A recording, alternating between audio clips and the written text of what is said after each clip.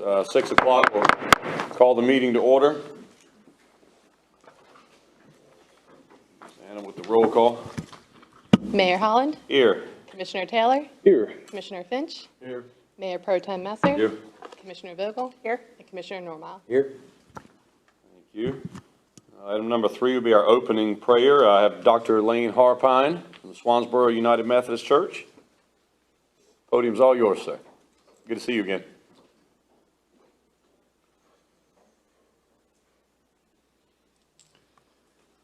Good evening. It's a pleasure to be with you all this evening. I'd like to invite you all to please bow and join me in a word of prayer. Our gracious God in heaven, we are so blessed to be gathered together in this place. Accept our thanks for this day and all of its blessings. We ask that it be in your hands, and which guides and directs us in tonight's meeting and leadership and decisions and our actions.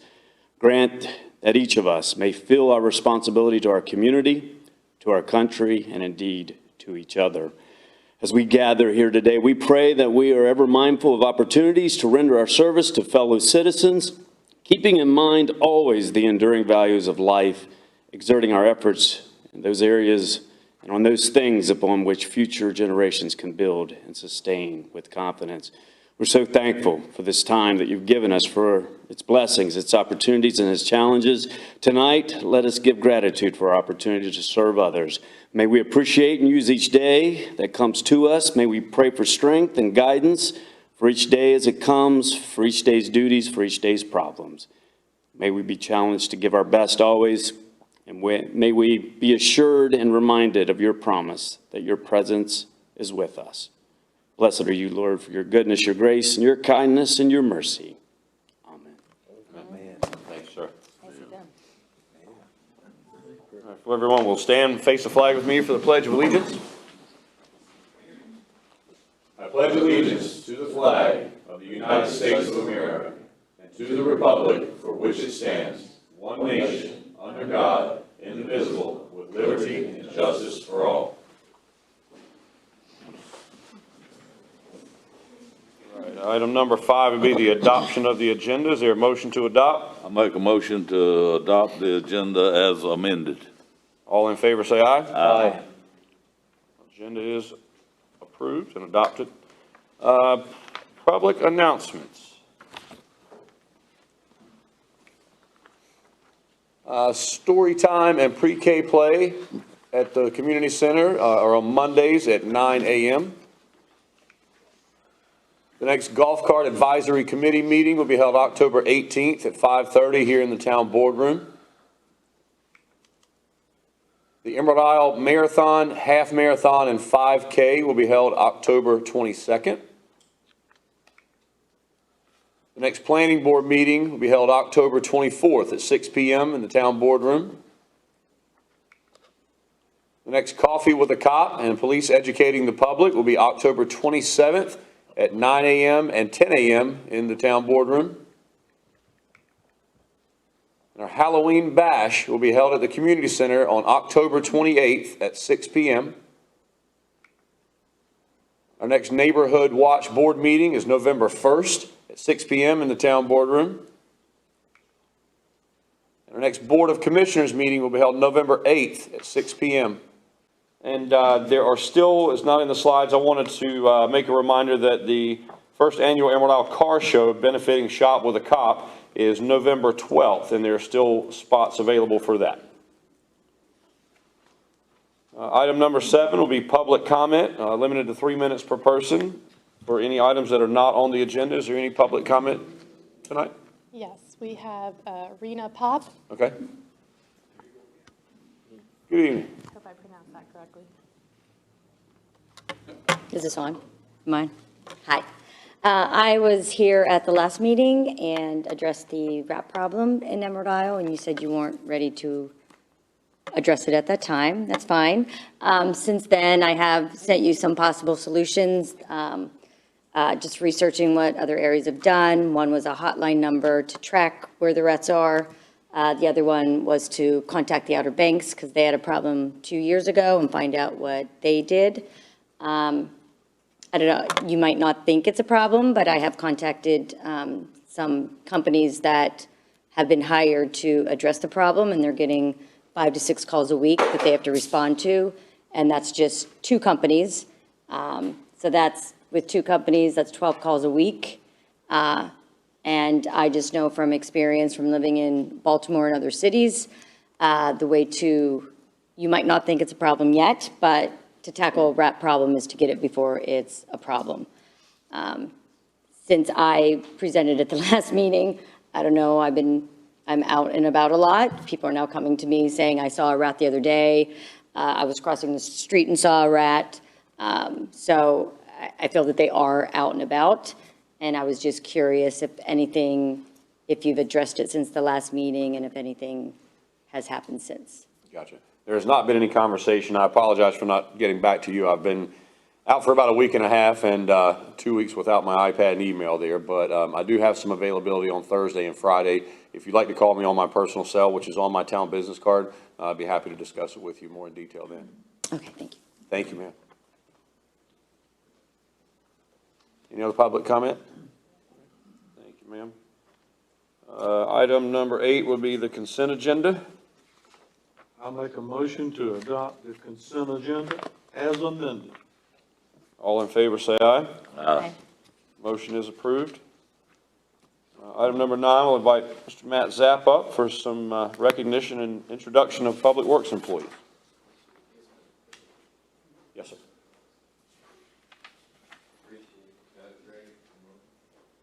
So we have to recognize one of our very own. So we have an opportunity to advance our staff, and I'll go to the mic because I want this one to be right. So you may not know that in addition to being extraordinary in public works, we do have an actor amongst us on staff. So Joe Smith, not only is he elevating this month as the interim public works director, but I want to take you back that he has been known to sign autographs and do many videos.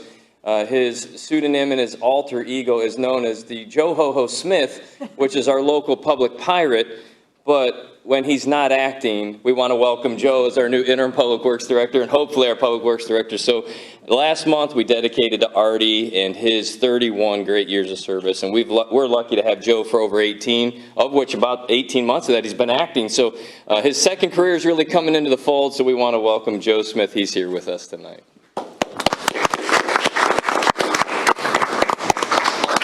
And Joe's very fortunate, I think, on his team. We had an opportunity to do some internal advancements. Do you want to recognize these, or you want me to continue? You can continue. Oh, I'll sign autographs afterwards. So, but Joe and Artie had been working together to develop a depth of bench. And a sign of a good leader and a good organization is the opportunity for internal advancement. So we're pleased to announce that Chad Strauser is elevating. He had been the number 3 on the bench. Now he's moving into the number 2 role, so he'll be filling in for Joe, taking the assistant director role. And then internally, Randy Lane has interviewed and moved up into the supervisor role. So you most likely had seen Randy either driving around on one of our knuckle boom trucks, or he was our go-to HVAC coordinator. Randy has a long list of other talents and skills that are helping us within Public Works, and he has shown an opportunity and desire to move up. So we want to congratulate Randy. Well, that left us with an opportunity to advertise for a new equipment operator role, and I think that it's a testament to Artie, Joe, and the team that one of our summer staff members, who's been with us for 2 seasons, has shown interest in coming on full-time. So tonight we'd also like to welcome Jonah Odom, who is our newest full-time employee, which came through the ranks from our local program and then came from a summer assistant and has moved into full-time. So that's the public work announcements. And anybody that's here really tonight that needs to get their Joe Ho Ho autograph, they're free for a small period of time, and then we'll have to start charging. But we want to say congrats to Joe and the entire Public Works team, and from all of us, thank you for the efforts 365 days a year to keep Emerald Isle just polished and moving smoothly as it is. So if you would, one more time, I want to thank all those folks. Thank you, Matt, and congratulations to all of our Public Works employees. We appreciate you guys very much. Great job. All right, item 10, we'll have William Mathias, Ocean Rescue Coordinator, for our 2022 Beach Safety Ocean Rescue Services overview. Just here real brief to give a review of our 2022 summer season. As we do at the conclusion of every September, heading into October, our beach flags are still flying. However, our lifeguards have gone on to their primary jobs, back to college. And so just wanting to give our community, our elected officials, that review of what we did for 2022 as far as calls and other items on the beach strand. This year, increased public outreach initiatives. Again, main focus for us is to educate that ever so transient population that we see here on Emerald Isle. Table toppers, QR stickers that we were able to put on different items as far as coffee cups, bags from these other restaurants, takeout orders, unified flag system across both banks. Lovely videos in West Regional and East Regional. Apologize for that. Didn't know they were going to be a TV rather than a speaker. And then the Heroes Academy, which was put together in June. We were able to launch it with the Emerald Fest and look forward to that growing. That was really nice to get out, see some of the local crowd along with some of those visiting to our area and also see that change in faces. So we're not just solely getting to the same people time and time again. We're seeing that transient population attend those fests and also being able to get that safety message to them. Lifeguards were on the beach strand from April 1 to September 30th. Had about 23 USLA certified lifeguards, a couple of them part-time seasonal as far as filling in shifts from other fire departments. Had the patrolling all 12 miles of our beach strand, 5 roaming guards, 2 of those stands being at West Regional and East Regional. And then we modified our start-stop time. So they came in a little later, but they also stayed a little later on a beach strand. And as we get into the numbers here coming in, I really do feel that our presence on the beach strand helped that safety message and help people realize that even after the sun starts setting, beach is calming down, not to go into those waters when we had those red flags. So when you look in here, this is tracking from 2019. So for 2022, you can see that our water rescues were actually 41 reported water rescues. Now, as far as that water rescue call, that is something that is dispatched over our radio. Either the lifeguard initiates or someone via enhanced 911. But those numbers you will see increase as you go into warned swimmer. So that warned swimmer number for 4,201 was actually a lifeguard entering that water, warning people of surf conditions, warning people of those rip currents, and letting them know, hey, this is our red flag day, you need to come out. That was them actually going out and encountering and engaging. The 194 under welfare check, that is where the guard felt as though that was not a true emergency at the time. Preventative lifeguarding was occurring. They were getting out there. Person may just be waving to somebody on the shoreline, but they were engaging them. So that's what we would chalk as a welfare check. Identifying problem surf, 5,273. Rough waves, heavy seas, rip currents, longshore current, all those they mark. We try to track that to see if there's an increase from year to as we go through. And then the big number that we always try to look at is the public education. That is where they encountered, engaged, either we switched from a yellow flag to a red flag. They stopped and talked to people at the West Regional accesses as far as they're standing in the tower using their public address systems and letting people know about the conditions in the ocean at the time or just marine life. They were given some type of educational knowledge back to the public. So love to see those numbers there increase. Our heaviest weeks, no surprise, would be Memorial Day weekend and also the week after 4th of July, which was kind of tossed up with the way we reporting, excuse me. Is that the last one? Hey, there we go. Sorry.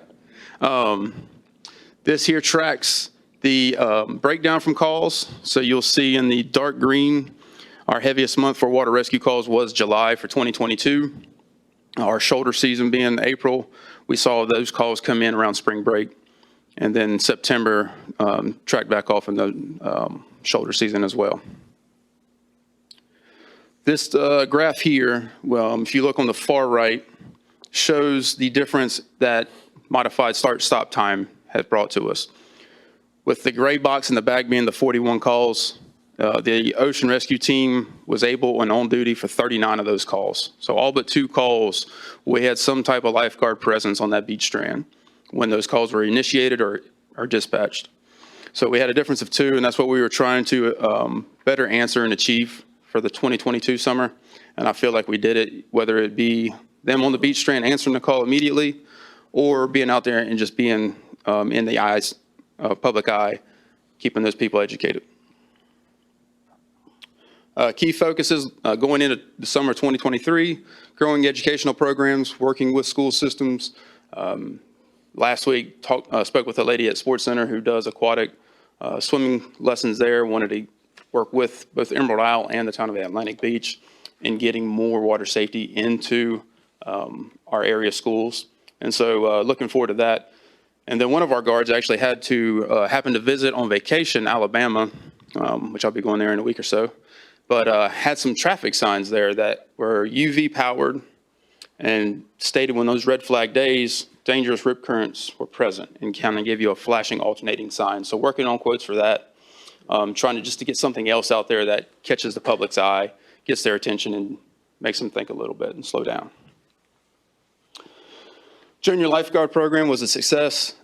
Love seeing these children year after year, and great to have it back. This year we did have 3 weeks, so we actually sold out with 75. We had a couple end up having other camps double scheduled, so we had about 72 participants in our junior lifeguard program, and this great action shot taken by Ann out on the beach strand. This is what we would call our sand wars, which is the combination of everything they've learned over the week on a Thursday. And that junior lifeguard program was sponsored by our Emerald Isle Beach Patrol group here on Emerald Isle to receive that call heading into the 2022 summer season, saying that they would like to sponsor all 3 weeks of this, which is a rough cost of about $5,000 as far as shirts, water bottles, and the end of camp celebration. Huge support with that group. Met with them already this shoulder season already, and they want to come back for the 2023 season and sponsor this group again. So we already got that sponsorship lined up. So many thanks to them. South Swell Surf Shop, for several seasons now, has provided outerwear for our lifeguards. Shoulder seasons get kind of cold out there on the beach strand, sweatpants, sweatshirts, but also in the summertime, sun shirts. So one of the things we say on the beach strand, should I say, or in the firehouse, is you get sun drunk. You get out there in that beach strand too long and have too much of that UV, you come back in, you're kind of dazed. So really nice to have them on board and helping us out with our lifeguards, protecting them out on the beach strand. And that's it. Thank the elected officials again for the support over several years now, working with many of you, and obviously our community. Thank y'all. Look forward to providing a safe 2023 summer season. And if you need anything, you know how to get a hold of me. Thank you, sir. I appreciate that. Fantastic job by all of you guys. Thank you. All right. Item number 11 would be our Bike and Pedestrian Committee appointments. I don't see Candace in the group. Matt, will you take over for us? Yes, sir, absolutely. So in our packets at pages 23 and 24 should be information. There are 3 vacancies currently on the Bike and Ped Committee, and you have 3 applicants that are interested in serving in that role on that committee. Would be Kevin Stewart, Tom Bonds, and Harold McMillans have provided information to the board. We would ask for your consideration on those applicants. Any questions or discussion from the board?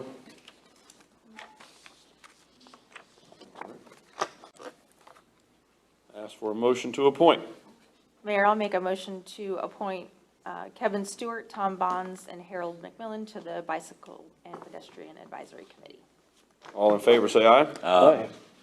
Motion is approved. Welcome, Kevin, Tom, and Harold. That takes care of our regularly scheduled programming. Any comments from the town clerk? No, sir. Mr. Stanley? Hey, sir. Mr. Zapp? I have a quick update and some photographs for Joel Lane, if that's okay. Sure. Great, we'll go ahead and close that. So the Joel Lane project is nearing completion. So the Joel Lane public access, here are some photographs from today. You'll see that the brand new set of steps is in and complete. And for those that aren't aware, Joel Lane was adopted in 2017 by the town as a dedicated public access set of stairs. and we had worked to replace those. So at this point, those stairs have been removed, the new set of steps are in, and we spent just shy of $20,000 on that improvement at Joel. You'll see here is the entranceway looking from the street towards the ocean, and we want to thank Public Works. They came out yesterday and or today. They were in that area cleaning up some riprap, removing some asphalt, and the intention is for Public Works to come back and continue that stormwater westbound down Ocean, and it will turn and head southbound towards that CAMA sign that you see located right here. The water will divert into the natural spillway there. And in addition to that, the Parks and Recreations team will be putting post and rope from the street all the way to that brand new set of steps that you see that have been completed. And I believe, if we're not mistaken, should have been inspected today by the county. We'll get our report as early as tomorrow or Thursday. And then lastly, this walkway had meandered and potential had crossed over onto private property, so we've corrected and course corrected that issue. And what you have now is the start of the new direct path to the public beach strand, which Parks and Recreation will be completing this last section later this week. Our goal is to have this entire project completely done, post and rope installed, and open to the public as early as Monday, the 17th of October, or hopefully a little bit sooner. We'd prefer to under-promise and over-deliver. So that's where we are with Joel. If the board had any questions, just wanted to give you a quick update on that. Thank you, sir. Great job. That would be it for my report. Thank you. All right, any comments from the board here? We'll start with Commissioner Taylor. Happy to report the Emerald Isle Fishing Tournament was a great success again this year, thanks to the sponsors and all the volunteers. We'll have, and the town staff for helping support it. We'll have scholarships again this coming up spring for Carteret County's kids graduating from high school and Swansboro. So we're still deciding on how many we'll be able to have again, but I think we'll be pretty close to what we had last year again. So real excited about that. So thanks for my members up here, the board support and the town support and staff and volunteers. It was a lot of fun this year, so thank you. Thank you. Great job, Mark. Commissioner Finch? I just want to reiterate and thank the lifeguard program and all those who have worked so diligently this summer, keeping our beach strands safe and secure. Thank you for all your hard work. Thank you, sir. Commissioner Messer? I'd like to congratulate Joe and Chad and Randy and Jonah. Congratulations on your promotions. And Matthias, that junior lifeguard program was amazing. You got some good candidates there? Did you say you had almost 75 people?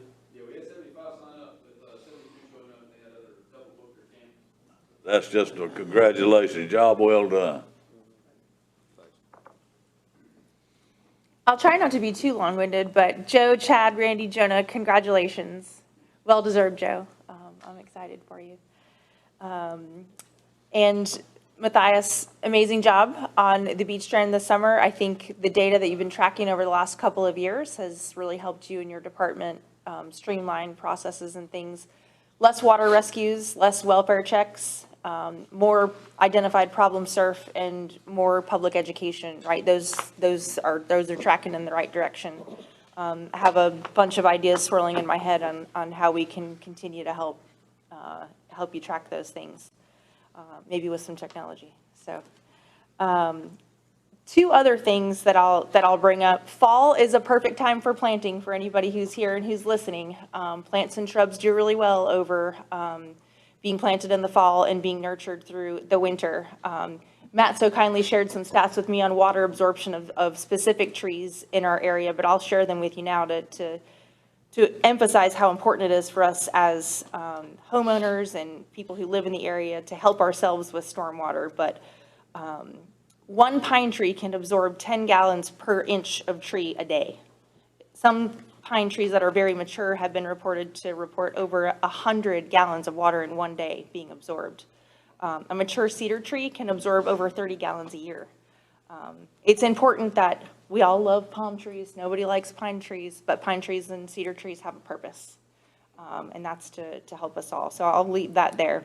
And my last thing that I'll bring up tonight is, I think we have a countywide problem with affordable housing. I think a couple of our departments here in Emerald Isle saw it, particularly lifeguards trying to find places to live. We saw that firsthand. 30% of Carteret County are rentals, long-term rentals, not short-term rentals. 42% of those people are overburdened with not being able to afford them. It's a countywide issue. I encourage everyone to engage in the issue. We have important elections coming up, not just countywide, but statewide in November. Until it gets addressed at those levels, we'll continue to have issues. So that's all I got. Thank you, ma'am. Commissioner Normile. Good stuff. Thank you for to whoever brought the ribbons in honor of Susan Walker, Chief Bill Walker from the fire department. Miss Susan is has just finished her cancer treatments, and wow, what a road! She is a trooper. I know there's a lot of folks praying for her, and we should continue to do so. So thank you for the ribbons, and we just want to acknowledge her tonight and encourage her to keep the faith, and all good. A couple more things. Back to the fire department. I'm glad Captain Mathias is here. Popped in there today. They looked like they were being overrun with children. So I just popped in to listen in for a little bit. But this month, not to take whatever you may be presenting this next month as a recap, but this month, correct me if I get these numbers wrong, and talking with the teachers and the other people working at the firehouse today, this month you will host about 600 children, is that right? 600 children this month. Great education taking place with our young people at the fire department. Many thanks to all those involved with that. Just encourage, if you're joining us in person or virtually, and you can sneak a peek what's taking place over at the fire department this month when the children are there. Stick your head in, watch them in action. Great training going on with our young folks. And then lastly, in the consent agenda, and it's also in the manager's report, just want to say thanks to Laura and the colleagues and Matt. Built into there, and we've discussed this many times, it's how we are using a portion of our FEMA 428 funds. And you'll see in there just some more administration. You have the patience of Job, ma'am, to work with FEMA. We're several years after the fact, and we're still trying. We're approved for monies, just trying to get over the finish line on all these projects is. Look at that spot. Yeah. Yes, ma'am. You have the patience of Job. But it's important to note this is Floyd really is the budget hawk of the team, if you will. But this is big. 3.5 million, it was briefly mentioned, we're going to purchase 2 fire trucks, 2 ambulances, much needed, somewhat mandatory upgrade in communications software for our first responders, and some other things. The big thing is this: it takes away from future debt service to our people. You know what I'm saying? We're not going to take out loans for $3.5 million over the next few years to do what's mandatory and replace these first responder vehicles. So thank you for working the FEMA. I know it's tough. You can smile again if you want. Yeah. Thank you. Commissioner Norma, we'd be remiss. We've worked countless hours on this, but Captain Mathias helped us last week, and we gave him an assignment on Friday, and it was how many pages? 200 and... Yeah, it's 134 total pages for just the fire apparatus, then it'll be 100-plus pages on ambulances, 100-plus pages on bidding documentation for those 800 megahertz radios. But we gave him an assignment in the morning, and we had it by 5 in the afternoon or 4 in the afternoon. So This is a full global from each department. It goes deeper than each of us as directors, but this is a heavy lift. And 4 years post-storm, and we're still 29 months away from even having a fire truck if we place the order tomorrow. So this is the marathon version of Government Finance 101. So thank you for bringing it up, but we would have been remiss if we didn't thank Billy for his hard work this last week and weekend. So. Yep, and that's it. And thank you for the public comment again this month, man. Thank you so much for coming. That's it. Thank you, Mayor. Thank you. Thank you all so much. Very well said, and congratulations to everyone. Item number 14 would be our closed session. We'll need a motion for that. I make a motion to go into closed session pursuant to North Carolina General Statute 143-318.11, parentheses 5, to discuss terms of acquisition of real property. All in favor, say aye. Aye. All right, we are now in closed session. Thank you all for coming.